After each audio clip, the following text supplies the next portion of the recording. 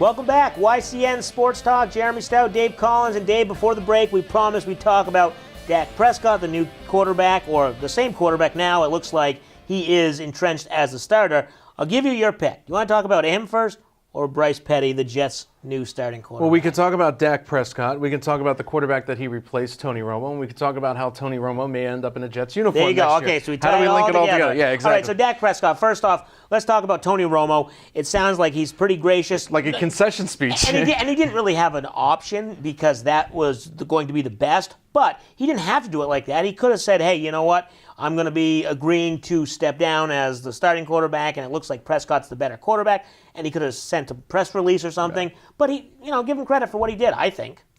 I will say this about Jerry Jones. He is no Bill Belichick.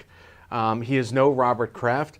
But there are rules and there are things in place to make sure that the team runs smoothly. And Jerry Jones, I think Dak Prescott certainly proved it in this past game against Pittsburgh, maybe a game or two earlier against the Philadelphia Eagles, that Dak Prescott was the guy. He had this formula in place that if the Cowboys keep winning, this is what Tony Romo's going to say, what Dak Prescott is going to say, Jason Garrett's going to say.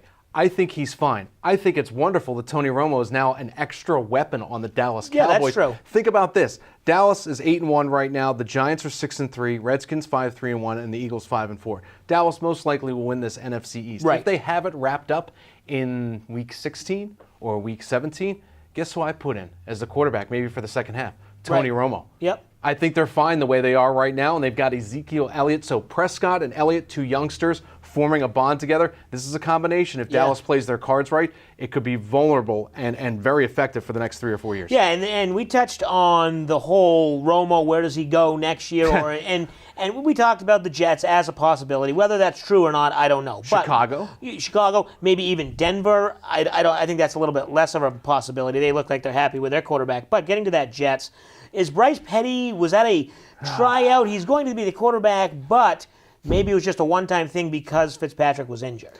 Well, as of right now, as we tape this on Wednesday afternoon, the Jets are on a bye week, and Coach Todd Bowles, or maybe Woody Johnson, the owner, is not going to make a decision on the starting quarterback until sometimes next week for their next game. It doesn't matter who the Jets throw in there. It's a wasted year. I'd rather see Petty in there for the rest of the season. Try Hackenberg in there, too. I don't want to see Fitzpatrick in there again unless it's an absolute emergency. This team needs help in all facets of the game, including special teams, because they missed an extra point against the Rams. I don't know what to do with the Jets. I would like Tony Romo, but then again, we're going back to, Neil O'Donnell in the 90s, got him at the end of the career. Who else do we have? Mark from Jacksonville. I can't even remember. Mark Brunell. Yes, Mark had Brunell. him. Had Brett Favre at the end of the career. Yeah. I want a big splash player. Right. The problem is with Pennington, way back, I'm reminiscing because those are the only good memories I have of the Jets in the past 15 years, is that Pennington came in. He was great his first year. He replaced Vinny Testaverde, but then he got injured. There hasn't been a consistent, good quarterback for the Jets in a very long time. And I know you build your franchise around that, but this team needs help at every single position. And that brings up another point. The teams that are doing well right now, who are not really a surprise, but they haven't been great, the Raiders, the Cowboys, they are built from the offensive line. Absolutely. And that's what it seems like the Jets need to start focusing on and say, okay, we need to find somebody back there who can survive because we have a good offensive line. Nick Mangold can't play until he's 45 years old. And yeah, it was sort of built around him the past few years.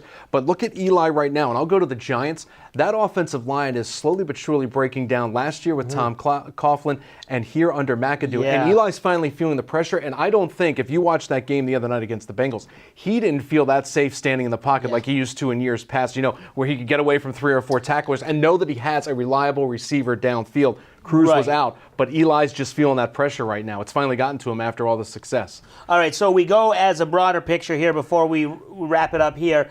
In the AFC, it still looks like it's the Patriots, but you got to give credit to the Chiefs coming on strong and coming back from a deficit against Carolina. The Raiders had the bye week. Now they go they're at home, but it's in Mexico against Houston. Should be able to win that one. NFC.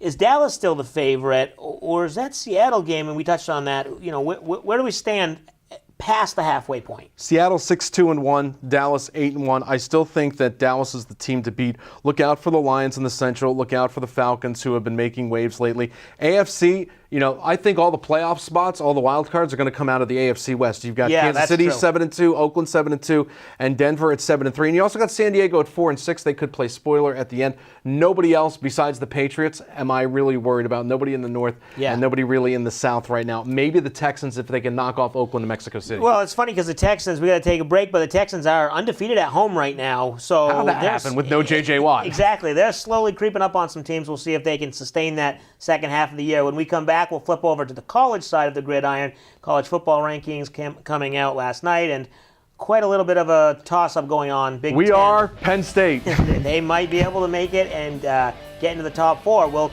come right back. You're watching YCN Sports Talk.